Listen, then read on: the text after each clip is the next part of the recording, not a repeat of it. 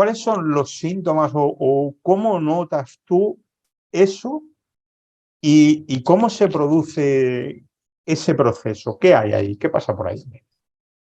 Yo de lo que me doy cuenta es que yo tuve un grito, sabes que hablamos, ¿no?, de esto de que te oyes como un hilillo musical o un susurro más fuerte, luego ya un grito.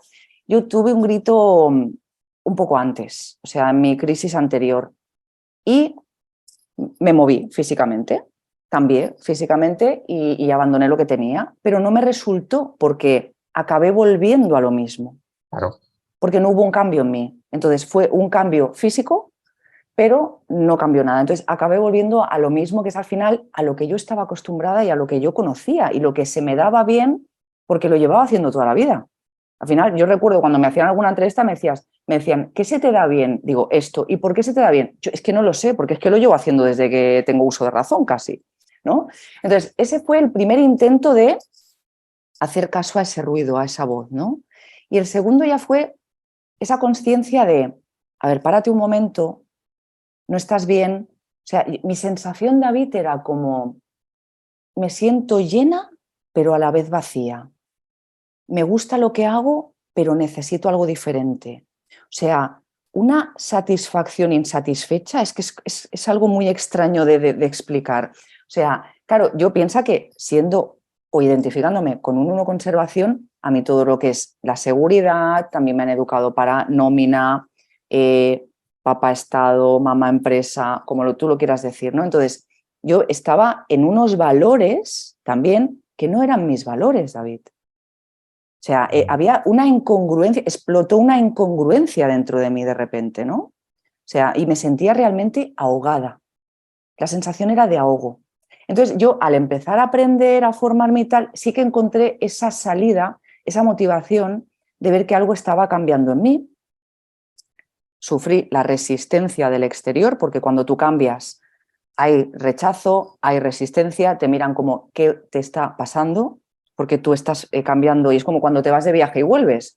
Tú vuelves hecho gloria, pero los demás están igual porque no se han movido, ¿no? Pero es como una sensación así, te has ido de viaje, te haces tu propia, pero lo demás no cambia, ¿no? Entonces, fue como una procesión interna que poco a poco, afortunadamente, fue impactando también en el equipo, porque al principio, ya te digo, había como entre curiosidad, rechazo, ¿sabes? Como ¿qué está pasando? ¿Qué le pasa a esta? ¿No?